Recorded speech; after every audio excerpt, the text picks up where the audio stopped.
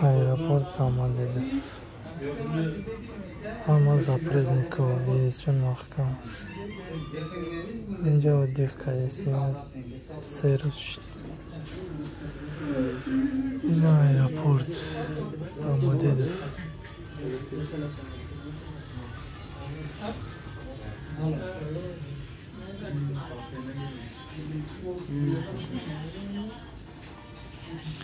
این زمینی دا خواه بچه سوکوت ایسر.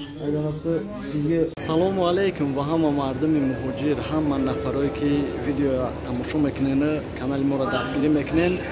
در ایرپورت دامادد و قرار داریم. خیلی که ویدیویی که اول دمون دادم دیدین برادرای بودن که از تاجیکستان اومده بودن و بعضیش از سببی که زپرت داشتن نموندنشون، بعضیش نام فامیلشون علیش کردگی بودن نموندنشون، اینا با اول نمیگیرن رویشون میکنن. برام خواستم خبردار کنم کدام نفری که اومدنه، کدام نفری که میاد، کدام نفری که اقصد نام فامیلش علیش کردگی شروع پرویرکا کنین. کدامی که زپرت داره که بلیتون نست وقتی که اومدن دیگه او بلیتون وارد نمیشه و چی کمپانی که باشه وقتی پرواز کردیم بلیتون میسوزه. نام فامیل علیش کردگی و خودتون غم نتین برای که نمیشه و پرویرکا هم سخت شدگی رنگی پیش نیسته و هر حال احتیاط باشین.